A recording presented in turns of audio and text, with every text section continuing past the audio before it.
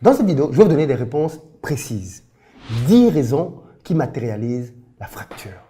La chaîne YouTube Investir au pays a sorti une vidéo qui avait pour but d'expliquer 10 raisons qui expliqueraient le comportement de l'Afrique envers la France ces derniers temps. Et à la fin de sa vidéo, il dit une chose avec laquelle je ne suis pas du tout d'accord. Mais avant d'arriver à ce qui a créé le trouble dans mon esprit, on va passer certains points que j'ai trouvé assez pertinents. Je sais que parmi vous, il y a des fanatiques de la chaîne Investir au pays. Et c'est tant mieux, c'est même très bien, c'est une très bonne chose. Mais ne venez pas me saouler. Dans cette vidéo, je n'insulte pas Philippe Simo. Je vais souligner un point dans son discours avec lequel je ne suis pas d'accord. Ça ne veut pas dire que j'ai un problème avec lui. Je ne le connais même pas et on n'a jamais eu à gérer quoi que ce soit ensemble. Donc par pitié, épargnez-moi certains types de commentaires. Ce n'est pas parce que je ne suis pas d'accord avec ce qu'a dit une personne sur un truc précis, sur un sujet précis, que ça veut dire que cette personne est mon ennemi ou que je suis en train de l'insulter. Il y a d'ailleurs plein de sujets avec lesquels je suis d'accord avec lui et d'autres où je ne le suis pas. C'est normal. Vu que vous avez la gâchette facile, on dirait des enfants qui se disputent dans une cour de récréation, sachez que moi je bagarre. Je ne suis pas dans les histoires où j'ai une image à tenir ou je ne sais trop quoi. Je ne suis le grand frère de personne ici, au contraire.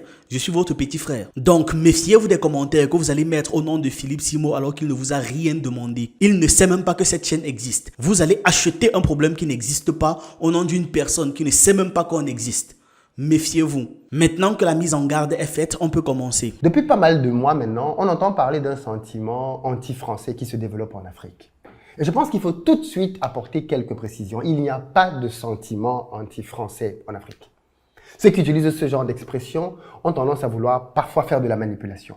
À ce niveau-ci, je suis tout à fait d'accord avec son avis. Non seulement il n'y a pas de sentiment anti-français en Afrique parce qu'en Afrique, les Français ne souffrent de rien, mais mieux même, ils sont bien traités. C'est certains Français qui ont un sentiment anti-africain, qui prétendent que l'Afrique a un sentiment anti-français. C'est celui qui dit qui est. Tout le monde connaît le dicton. En Afrique, on n'a jamais refusé un poste de travail ou refusé de louer une maison à une personne parce qu'elle était française. On ne peut pas en dire autant de la France. On n'a pas de problème avec les Français. Je n'aime juste pas l'hypocrisie française qui consiste à faire comme s'ils ne savent pas ce qui se passe en Afrique. Il y a le poids du passé colonial et du présent néocolonial qui nous relie. Nous sommes dans une optique de libération et le peuple français est confondu aux élites françaises. On ne veut pas faire l'effort mental de préciser à chaque fois que l'on parle qu'en fait, on est en train de parler des dirigeants français. Une chose aussi, la classe moyenne et pauvre française n'a certes pas de problème avec l'Afrique dans la plupart des cas, disons-le, voire elle peut même être sympathisante de la cause africaine, mais on s'en fiche. Simplement parce que ça ne change rien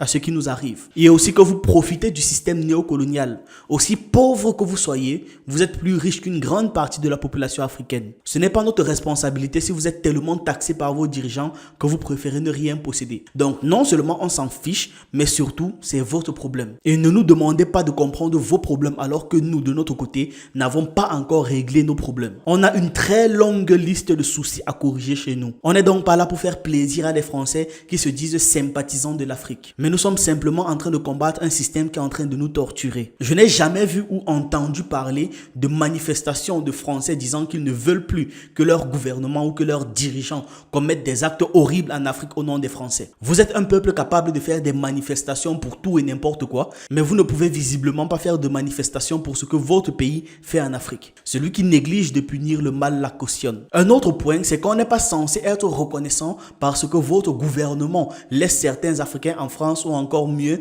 leur fournissent des aides. De toute façon, ce sont les pays africains qui financent l'économie française. Et là, je ne précise pas que les aides sociales et tout ça là, ce sont les Français qui en bénéficient le plus. Je répète donc qu'on s'en fiche complètement que vous soyez vexé qu'on désigne tous les Français en parlant des rapports entre la France et l'Afrique. Ce n'est pas comme si vous faites un quelconque effort de votre côté. C'est d'ailleurs un des très rares points avec lesquels je suis en désaccord avec Kémy Séba.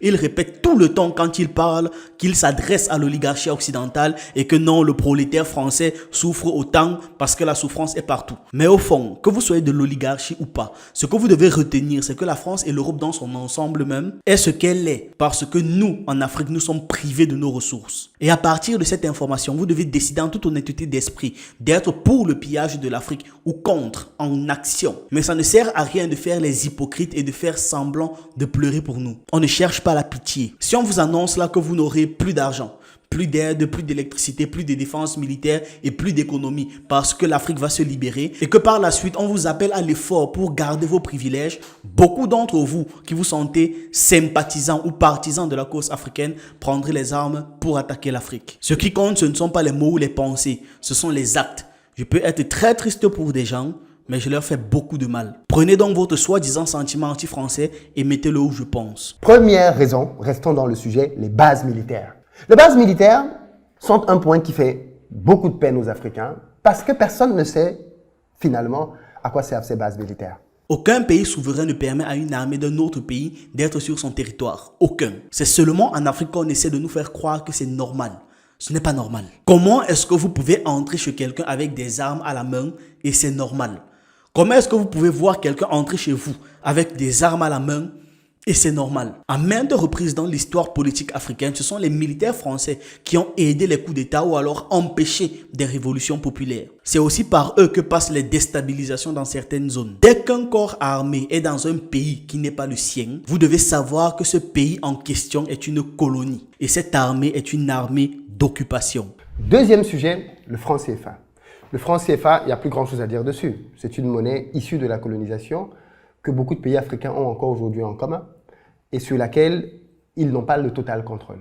Alors, ce n'est pas qu'on n'a pas beaucoup de contrôle sur la monnaie, c'est qu'on n'a strictement aucun contrôle là-dessus. Si je vous demande de m'expliquer concrètement comment est-ce qu'il est possible de développer une économie souveraine avec le franc CFA, vous allez bégayer.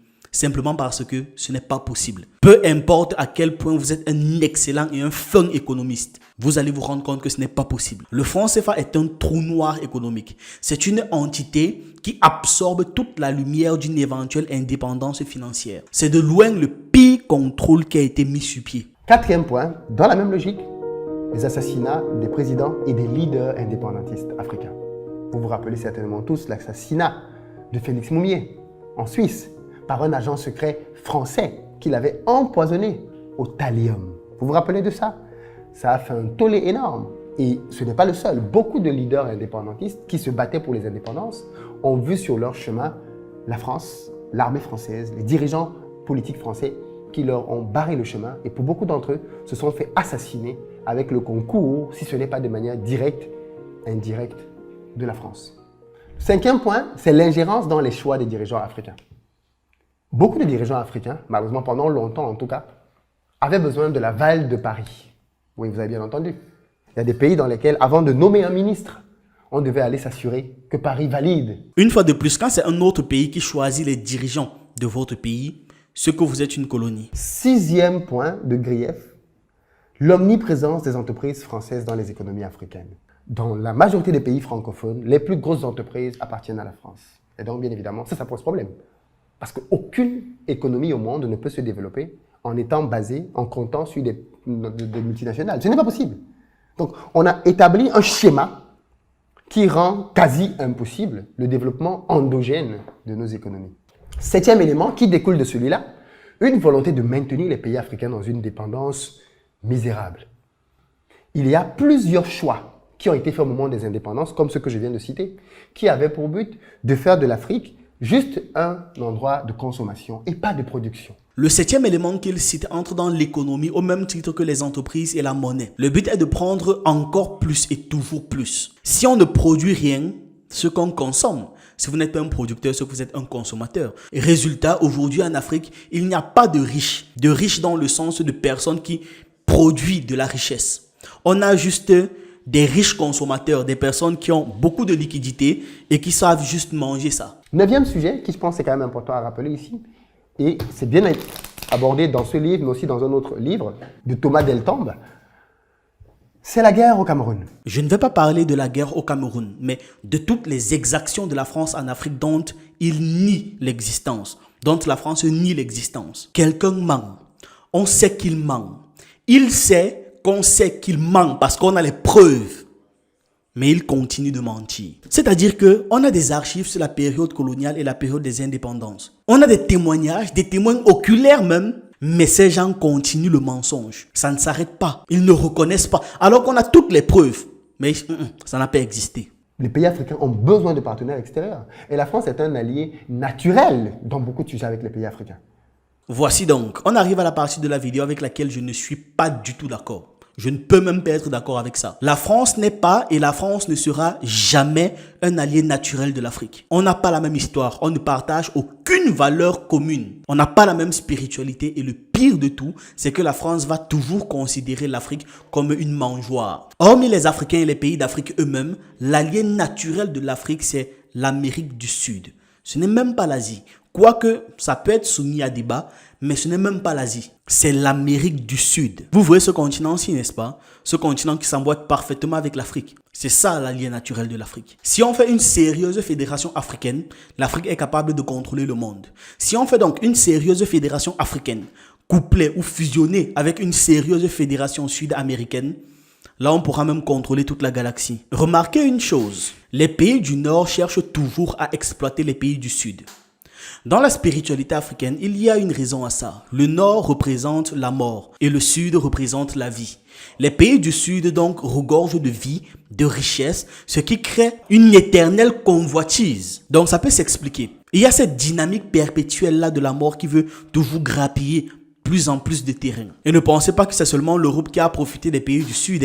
Sachez que l'Amérique du Nord s'est grandement enrichie, s'est principalement enrichie grâce au pillage et au vol de l'Amérique du Sud. Évidemment, ils ont fait la même chose. Déstabilisation politique, assassinat politique, etc., etc., etc. Et M. Simo rajoute une chose très malvenue, que l'Afrique francophone est une zone d'influence naturelle pour la France parce que on parle la même langue. L'Afrique francophone est une zone d'influence naturelle pour la France. On parle la même langue. C'est une zone naturelle d'influence. Alors, comment expliquer ça? Le fait qu'on parle la même langue signifie que nous avons été colonisés par eux. Et non que ça fait de nous des alliés sur quoi que ce soit, sur quelque sujet que ce soit. Ça, c'est la première chose. Ensuite, les langues, ça se change. Il n'existe rien de définitif. Nous avons beaucoup de langues sur le continent. Nous pouvons choisir une de ces langues et l'apprendre à toute la population. Il y a le choix. Il y en a plein. En tête de liste, on peut parler du Swahili, du Peul, du Lingala, qui sont trois composantes linguistiques hyper intéressantes avec un grand nombre de locuteurs. Peut-être que M. Simo pense qu'il est possible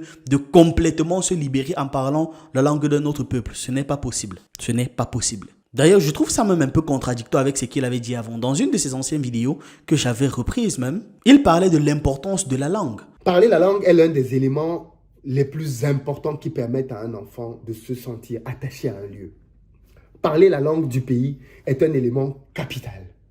Ne privez pas vos enfants de la langue. Au contraire, parlez la langue à vos enfants. Ça veut dire que la langue est pour moi l'un des éléments les plus importants de l'appropriation culturelle. La langue est l'imaginaire. Si actuellement là, vous et moi on se comporte comme des Français, c'est parce qu'on parle leur langue. La langue que l'on parle modifie le comportement parce que ça modifie la compréhension du monde. Vous allez voir que les parties de l'Afrique qui parlent anglais se comportent comme les Britanniques ou les Américains parce que c'est l'imaginaire que leur confère leur langue. Donc garder le français comme langue et se dire que la France est notre allié naturel pour cette raison, c'est nous maintenir dans l'expression française du développement, ce qui n'est pas bien pensé du tout.